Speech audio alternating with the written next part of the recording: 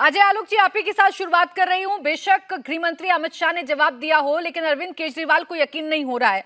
वो कह रहे हैं क्या गारंटी? अभी तक आप 2014 से पहले वालों की बात कर रहे हैं, बाद में आप 2019 की बात करने लगेंगे, आप 2024 की बात करने लगेंगे, क्योंकि अभी भी तो लोग हैं जो इन देशों से हमारी तरफ आ रहे हैं, अभी भी शरणार्थी हैं जिनके आने का सिलसिला लगातार जारी है। कैसे दूर होगा ये डर? देखिए, आंख खुले हुए वाले को आप उठा नहीं सकते हैं,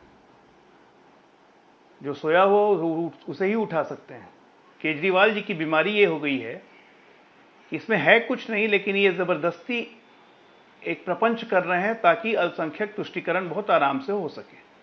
हम सबको को पता है कि बांग्लादेश विभाजन 1971 में हुआ था और सबसे ज्यादा शरणार्थी उसी वक्त बन के आए थे। आज 52 साल हो गए, उनको वो नागरिकता का अधिकार अभी तक इस देश में नहीं मिला।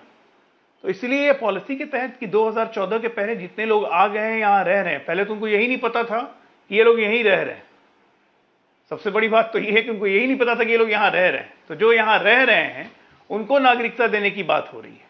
19 में क्या, 24 में क्या, 14 के बाद आए कितना क्या। तो जब ये कानून बन गया है, अगर भविष्य में भी ये समस्या रहेगी तो इस पर सरकार निर्णय लेगी। दिक्कत क्या है?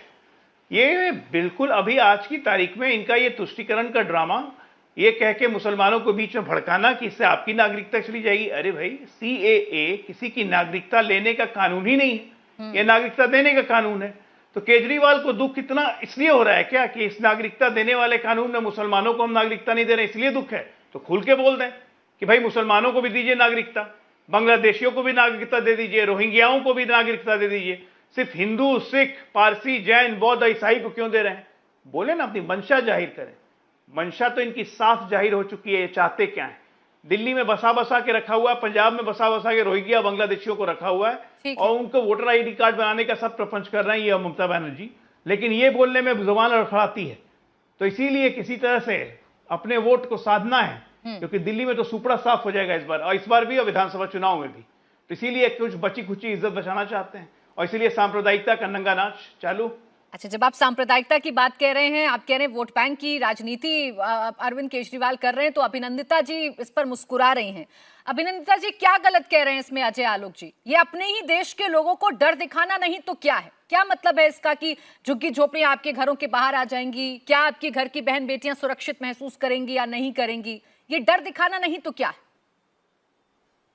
नमस्कार। देश का बच्चा बच्चा जानता है कि बीजेपी एक ऐसी पार्टी है जो किसी भी कीमत पे बाय हुक और बाय क्रुक इलेक्शंस जीतना चाहती है। ना इन्हें देश से मतलब है, ना इन्हें महिलाओं से मतलब है, ना इन्हें युवा से मतलब है, ना इन्हें हिंदुओं से मतलब है। इन्हें कोई मतलब नहीं है, बस एक सत्ता का एक ऑब्सेशन है।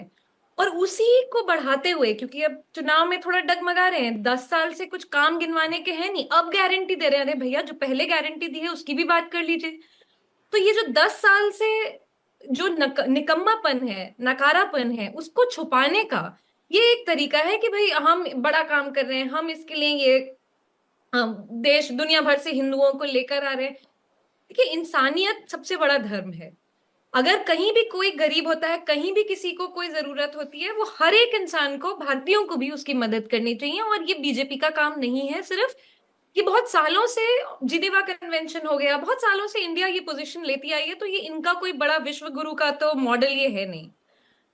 जो ये कर रहे हैं सत्ता को पाने के लिए, आप अपने ऑपोजिशन पे आप ईडी का गलत इस्तेमाल करते हैं, आप पुलिस का गलत इस्तेमाल करते हैं, आप सारी चीजों में गड़बड़ करते हैं। लेकिन आप देश के बॉर्डर इस तरह नहीं खोल सकते हैं, लेकिन आप देश को इस तरह से रिस्क पे नहीं रख सकते हैं, और ये है हमारी प्रॉब्लम।